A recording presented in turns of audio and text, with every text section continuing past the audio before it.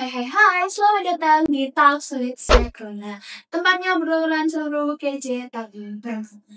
Nah teman-teman, di episode ketiga kali ini kita akan kenalan lebih dekat dengan sosok atau sosok hebat di balik masing-masing konsentrasi keahlian di sekolah kita. Siapa aja sih mereka? Terus apa sih keunggulan dari masing-masing jurusan di SMK Barunawati Surabaya? Nah makanya kita mulai bareng-bareng ya. Sebelum kita masuk kepada segmen pertama, marilah kita perkenalan dengan sosok-sosok hebat pada kali hari ini. Boleh dikenalkan dari Bu yang paling pojok. Halo, perkenalkan nama saya Berliana Uca, biasa dipanggil Bu Berliana. Saya adalah Ketua Konsentrasi Keahlian Jurusan Akuntansi.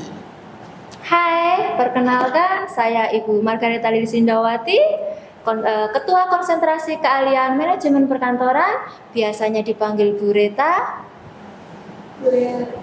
Halo, saya Bu Indira. Saya adalah Ketua Konsentrasi Keahlian Perhotelan. Halo, perkenalkan saya Ibu Novalina Nurul Kusumawardani. Saya adalah Ketua Konsentrasi Keahlian Kuliner. Wah, keren banget ya teman-teman, ibu-ibu dari masing-masing prodi yang sudah berkenalan. Sebelum itu Bu, saya ingin bertanya, kok ini perempuan semua ya Bu ya? Gak lengkap kah ini Bu? Iya, karena untuk konsentrasi keahlian desain komunikasi visual dan teknik komputer jaringan itu bapak-bapak untuk saat ini sedang ada kesibukan di luar. Mungkin bisa diikuti dengan sesi kedua. Oh gitu ya. Jadi teman-teman jangan lupa nonton sesi 2-nya ya. Nah, langsung saja kita masuk kepada segmen yang pertama nih Bu. Menurut ibu-ibu di sini itu apa sih Bu keunggulan utama dari konsentrasi keahlian yang ibu-ibu pimpin dan kenapa anak-anak itu harus mempertimbangkan jurusan ini? Boleh dijawab dari Oke, untuk jurusan akuntansi itu merupakan jurusan yang memang dibutuhkan di semua sektor bidang industri. Jadi kalau kita berbicara tentang akuntansi itu kan pasti kita bicaranya tentang uang, ya ada di pikiran itu pasti uang seperti itu atau keuangan. Jadi akuntansi adalah proses mencatat, pengklasifikasian, pengelolaan dan pelaporan informasi keuangan. Untuk pada saat dulu akuntansi itu pasti dicatat secara manual atau bentuknya itu kertas. Tapi untuk saat ini karena pengembangan teknologi komputer akuntansi, aplikasi komputer akuntansi itu sudah semakin canggih dan semakin banyak. Jadi jangan khawatir kalau di akuntansi itu kita berhitungnya sekarang sudah menggunakan teknologi atau kita sudah menggunakan IT seperti itu. Nah teman-teman, jadi buat yang udah masuk ke jurusan akuntansi di SMK Barunawati Surabaya jangan bingung atau aduh ini nanti hitungnya gimana ya, tapi nanti pasti kalian bakal pelajari. Boleh nih Bu? Oke, kalau untuk konsentrasi manajemen perkantoran seperti pada umumnya dengan akuntansi kita hanya beda pengelolaan saja. Semua dinas pemerintahan maupun swasta ataupun perusahaan pasti membutuhkan namanya administrator. Nah, di sini siswa yang masuk di jurusan manajemen perkantoran itu dibekali keterampilan tentang pengelolaan administrasi baik manual maupun digital, dan juga diajarkan bagaimana mengetik dengan kecepatan sistem 10 jari atau typing master, bagaimana mengelola dokumen, kearsipan, dan juga di manajemen perkantoran juga dilatih bagaimana bisa menjadi seorang entrepreneur. Wih, keren banget teman-teman. Jadi buat teman-teman yang udah masuk ke jurusan perkantoran itu udah di-spill ya Bu ya tadi apa aja yang bakal dipelajari di jurusan manajemen perkantoran. Boleh lanjut Bu ke Ibu Sorna. Baik, kalau di perhotelan sendiri sesuai namanya, nanti kalian akan diarahkan untuk bisa bekerja di hotel. Nah, di hotel itu peran kalian nantinya adalah sebagai calon pekerja yang ada di hotel. Jadi operasional yang ada di hotel itu nanti ada front office, kemudian ada housekeeping yang bagian merawat keindahan dan penataan di hotel, dan yang terakhir adalah food and beverage service atau pelayanan makan dan minum. Ketiga hal itu semuanya diajarkan secara teknik atau secara praktek dan juga attitude, karena di hotel kita dituntut untuk profesional, berpenampilan yang baik serta komunikasi yang bagus. Begitu. Harus perfect gitu ya. Betul, karena kan kamu pengen dilayani dengan baik dan kita atau kalian nantinya juga dituntut untuk bisa melayani tamu dengan prima atau service excellent. Service excellent. Service excellent. Boleh dilanjut Bu? Baik, Baik, kalau untuk jurusan kuliner Kenapa harus memilih jurusan kuliner? Karena mungkin selama ini yang ada di pikiran kuliner itu adalah tentang masak dan masak saja seperti itu ya. Tetapi sebenarnya sebelum kita memasak, kita wajib yang namanya membuat sebuah perencanaan. Bagaimana kita memilih bahan, bagaimana kita memilih teknik memasak yang tepat, bagaimana kita mempertahankan suhu sebelum disajikan, dan platingnya seperti apa, itu menjadi sebuah hal yang harus diperhatikan dengan detail. Jadi kalau selama ini berpikirnya kuliner nih nanti cuma masak-masak aja, jangan salah, bahwasanya ketika kalian di kuliner kalian juga akan belajar tentang food stylist. Bagaimana kalian nanti bisa menjadi seorang barista, bagaimana kalian nanti bisa menjadi seorang baker atau patissier. Jadi bukan hanya tentang masak, makan aja, tetapi merencanakan sampai dengan menyajikan kepada tamu, memuaskan tamu dengan hidangan yang itu sebenarnya istimewa banyak dan sekali sehat. ya. Kalau mau diceritakan satu-satu mungkin iya betul. Waktu saat lomba LKS mungkin kemarin itu kita belajar sampai malam menyiapkan prepare, sampai kita itu di jalan itu berpikir apa yang kurang seperti itu ya, kayak nemtek itu benar-benar prepare banget, dan hasilnya alhamdulillah sangat memuaskan ya. Kemarin kita mendapatkan harapan 1. Terus untuk manajemen perkantoran juga itu kan ada, kita diajarkan untuk menjadi seorang EO, event organizer. Iya, kemarin event organizer mengelola kegiatan yang ada di sekolah. Jadi kemarin itu kita itu diminta untuk mengerjakan kegiatan yang ada di sekolah. Ujian praktek kemarin itu, dan itu banyak sekali yang karena baru pertama. Jadi anak-anak itu ada, gimana Bu nanti kalau enggak ini gimana, sampai ada yang panggungnya itu tidak bisa berdiri. Iya, malamnya kita sudah prepare, akhirnya kita minta bantuan dan kita bisa menyelesaikan itu. Terus kita memakai balon meletus gitu. Jadi itu sesuatu yang sangat unik dan apa ya, dari situ bisa mendewasakan anak-anak. Ya. Bisa punya pengalaman juga ya Bu ya. Betul. Boleh dilanjutkan dari Indira? Oh iya, kalau pengalaman berkesan sih sama, sebenarnya ada banyak sekali kalau sama anak-anak itu ya. Cuman mungkin yang paling baru ya itu adalah pertama kalinya PKL itu diberangkatkan di luar kota. Jadi SMK Barunawati ini baru pertama kali ya, di mana tepatnya di Kota Malang, yaitu di Hotel Grand Mercure Malang Nirama bintang 5 ini kebetulan. Waktu itu berkesannya adalah ketika dari awal tuh interview, kemudian mencari kos untuk tempat tinggal selama di sana, kemudian juga jatuh bangunnya sampai anaknya sempat sakit dan lain-lain, sampai karena kan dia sendirian ya, jadinya tuh sampai merepotkan juga pihak hotel, tapi alhamdulillah semuanya telah selesai dengan baik. Dan senangnya adalah ketika saya berkunjung untuk terakhir kalinya, maksudnya waktu ada kunjungan, karena kalau PKL itu kan pasti berkunjung ya, ada nengok lah ke industri. Nah saat itu saya dengan senang banget ketika akhirnya saat itu siswa sudah berhasil melayani saya. Jadi dia itu memang kan pekerjaannya sebagai seorang bartender ya, bartender plus waiter. Nah itu dia menyajikan minuman racikan dia sendiri di depan saya. Kemudian itu dengan bangganya dia bilang, "Ibu, ini buatan saya." Itu dan rasanya memang enak banget. Jadi maksudnya itu yang paling berkesan. Jadi terharunya itu dapat karena kan memang kita ngantar dari awal, kemudian juga keluh kesahnya dia itu juga kita tahu gitu kan. Jadinya itu sih yang paling berkesan, dan saya harap itu bisa menjadi juga pengalaman atau yang bisa ditulangkan ke adik-adiknya seperti itu. Seperti itu.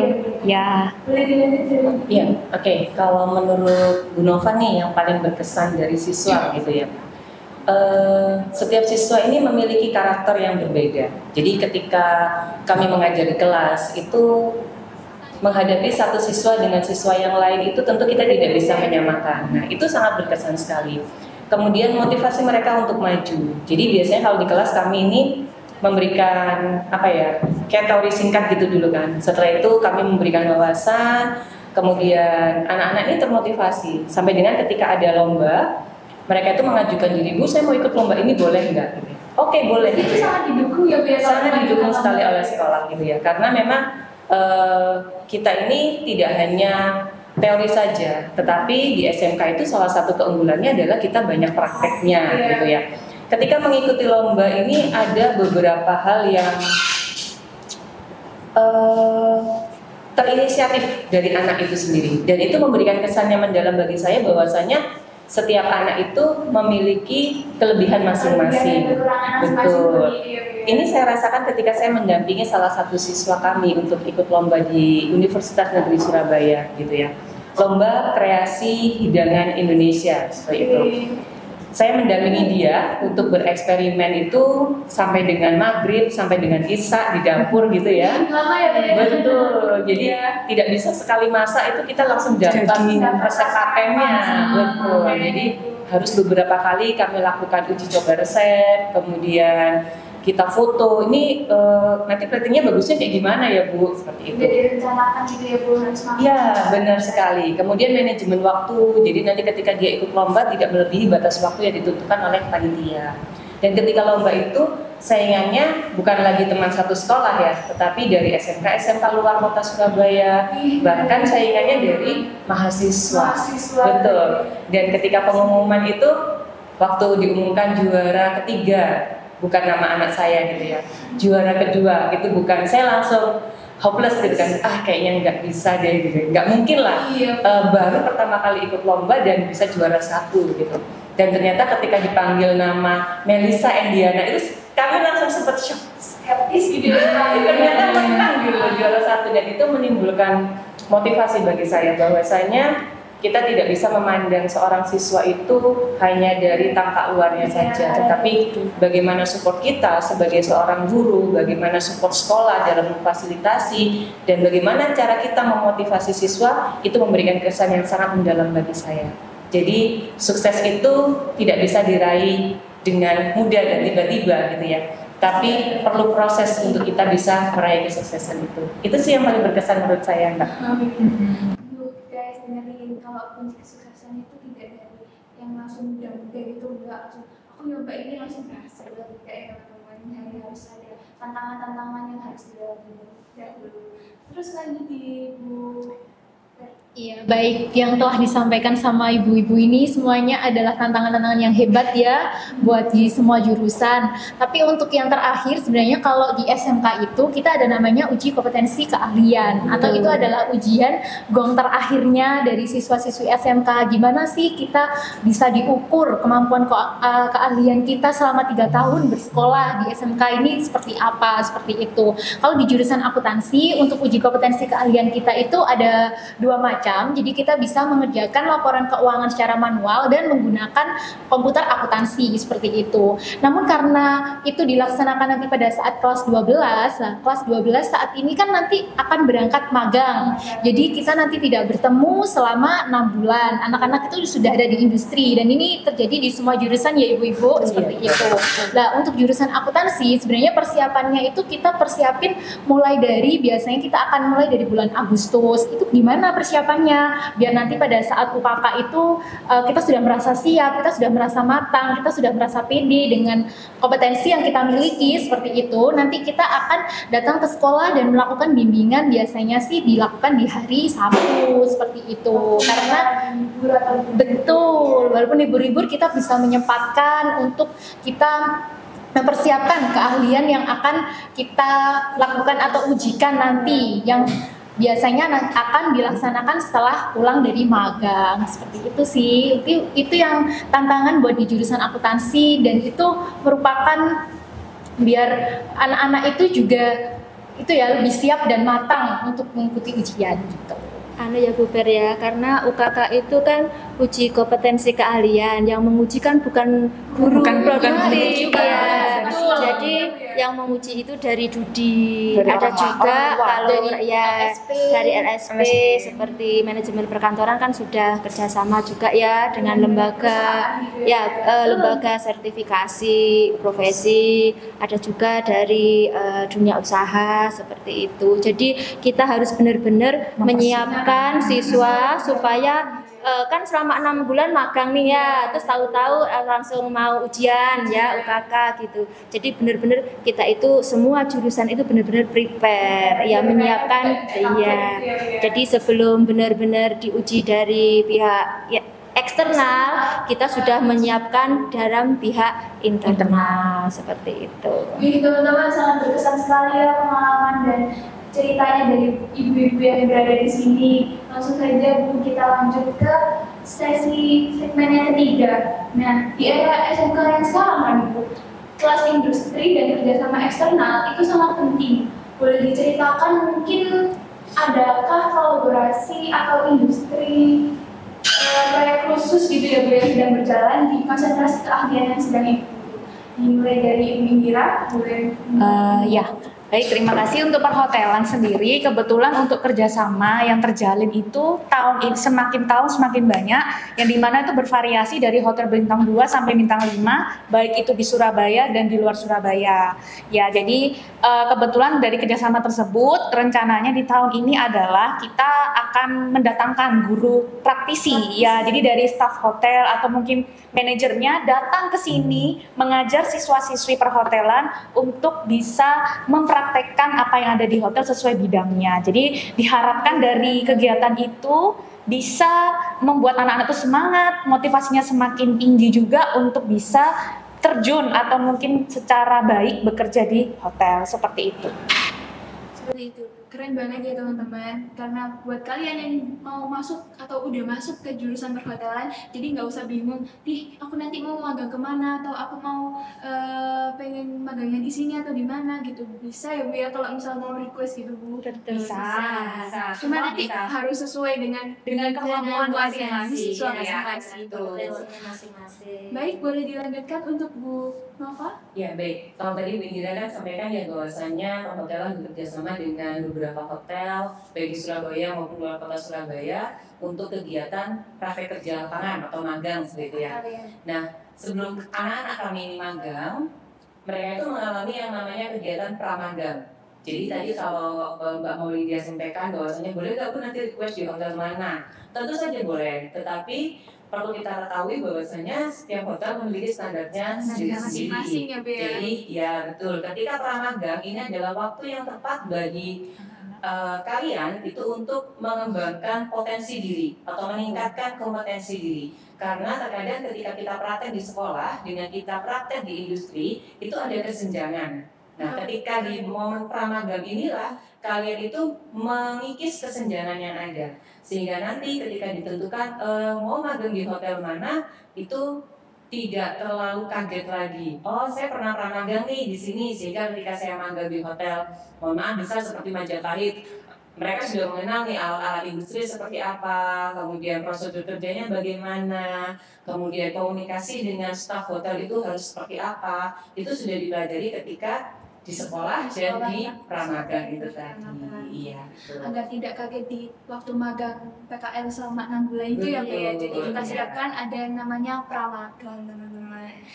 Lalu boleh dilanjutkan sama Bu Reta? Oke, kalau untuk manajemen perkantoran sebenarnya tidak beda jauh yang sudah disampaikan Bu Nova, Bu Indira. Kita juga ada pramagang ya. Pramagang di sini kita untuk manajemen perkantoran itu ada internal. Di internal itu salah satunya kita magang sebagai administrasi atau administrator di yayasan. Yayasan ya selama 2 minggu secara bergantian. Di sana anak-anak itu belajar bagaimana mengoperasikan komputer, bagaimana mengelola berkas, dokumen, mengarsip, belajar juga bagaimana berkomunikasi melalui telepon, mereka ya betul mereka data yang ada, dan juga ada juga magang di sebagai front office. Iya, bagaimana mereka itu berpenampilan yang baik, yang rapi, yang grooming ya, terus komunikasi yang baik itu seperti apa, betul, terus bagaimana mereka itu sebagai front office itu harus mengerti dan memahami pengelolaan atau struktur organisasi di suatu perusahaan. Kalau di sini suatu sekolah, jadi harus hafal kepala sekolahnya siapa, kantornya di mana, terus sekarang itu posisi beliaunya di tempat atau tidak, itu sudah diajarkan waktu siswa SMK Bernawaki kelas 11. Jadi itu 1 tahun mereka benar-benar praktek internal secara bergantian. Untuk apa? Untuk menyiapkan mental siswa supaya nanti waktu benar-benar magang di luar, siswa itu siap. Dan itu pun kita akan dampingi dan kita bimbing. Karena ada, walaupun internal, walaupun di sekolah itu ada namanya pembimbing juga. Seperti di yayasan ada pembimbing dari yayasan. Terus kalau dari internal di sekolah ada pembimbingnya juga, ada penilaiannya. Jadi kita lihat, kita evaluasi mana yang perlu diperbaiki, mana yang perlu diajarkan, mana yang perlu diperkuatkan siswa supaya lebih mantap. Seperti itu. Agar tidak kaget menghadapi Betul kerja. sekali. Iya.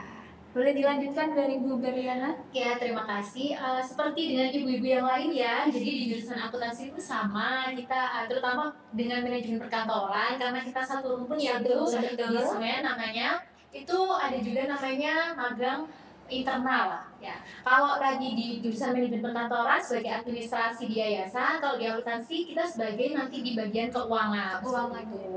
Dan juga ada di menjadi kasir di Biro Maret. Biro Maret itu adalah salah satu fasilitas yang ada di SMK Barunawati atau di Yayasan Barunawati di Surabaya, seperti itu.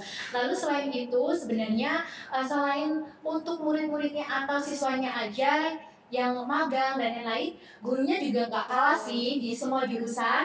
Kita ini juga nanti ada namanya guru magang seperti itu. Iya, ada ya. Nggak mau kalah juga ya gurunya. Kan kita kalau siswanya sudah dikembangkan kompetensinya, gurunya juga akan terus mengembangkan kompetensi yang kita miliki seperti itu. Wih, keren banget tuh teman-teman dari masing-masing ibu-ibu, dari masing-masing kaprodi yang ada di SMK Barunawati Surabaya. Nah, langsung saja kita masuk kepada segmen yang terakhir nih Bu. Jadi untuk sesi terakhir pada podcast hari ini, apa sih Bu pesan dan harapan buat siswa-siswa SMP yang sedang bingung memilih jurusan, terus juga kenapa harus memilih jurusan yang harus seperti itu?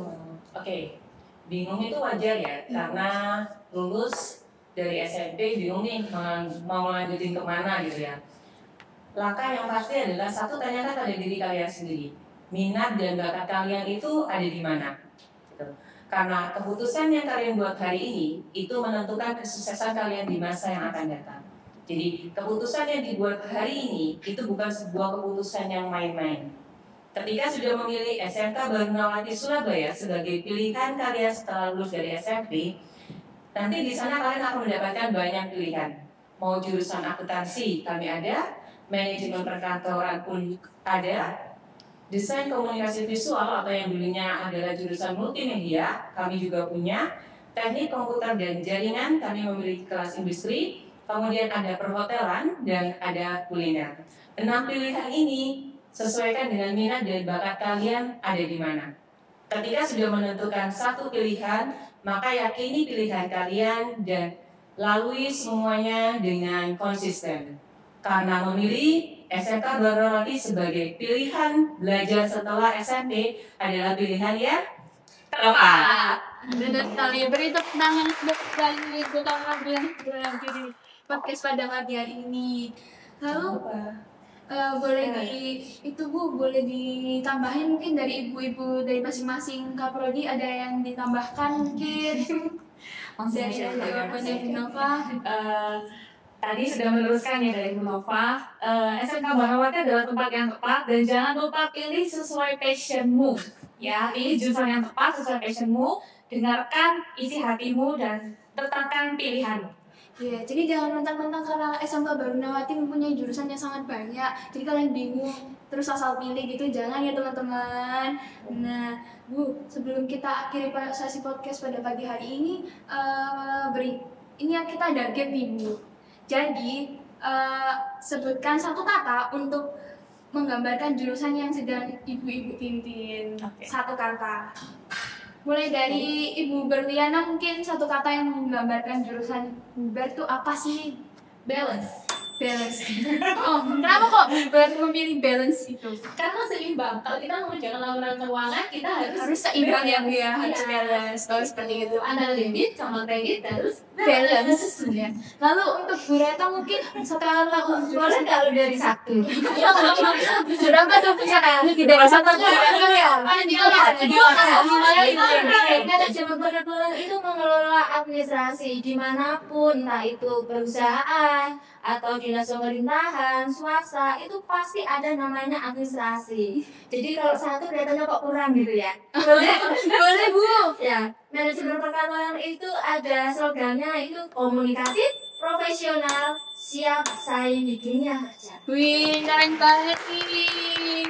Lalu dari Bu Indira mungkin satu kata untuk jurusan perhotelan Bu, apa? Hospitality. Hospital. Ya, hospitality sendiri itu artinya adalah ramah-ramah.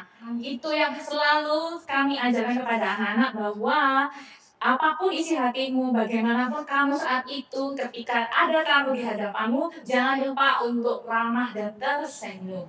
Seperti itu. Seperti itu ya. Tepuk tangan yang kalau lebih diberikan. Terus untuk Bu Nova sendiri apa tuh Bu? Satu kata untuk jurusan kuliner Dari hati. dari hati. Kenapa Bu kok milih dari hati?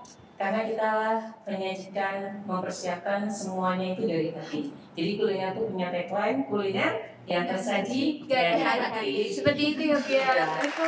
Wah teman-teman seru banget ya ngobrol pada hari ini. Terima kasih untuk ibu-ibu dari masing-masing konsentrasi keahlian sudah menyempatkan waktunya untuk join di podcast Talks with Smedguna. Nah, sebelum kita mengakhiri sesi podcast atau lebih tepatnya sebelum podcast ini berakhir, boleh dong Bu sebutkan tagline SMK Barunawati. Kan katanya SMK Barunawati Surabaya punya tagline ya Bu ya. Boleh disebutkan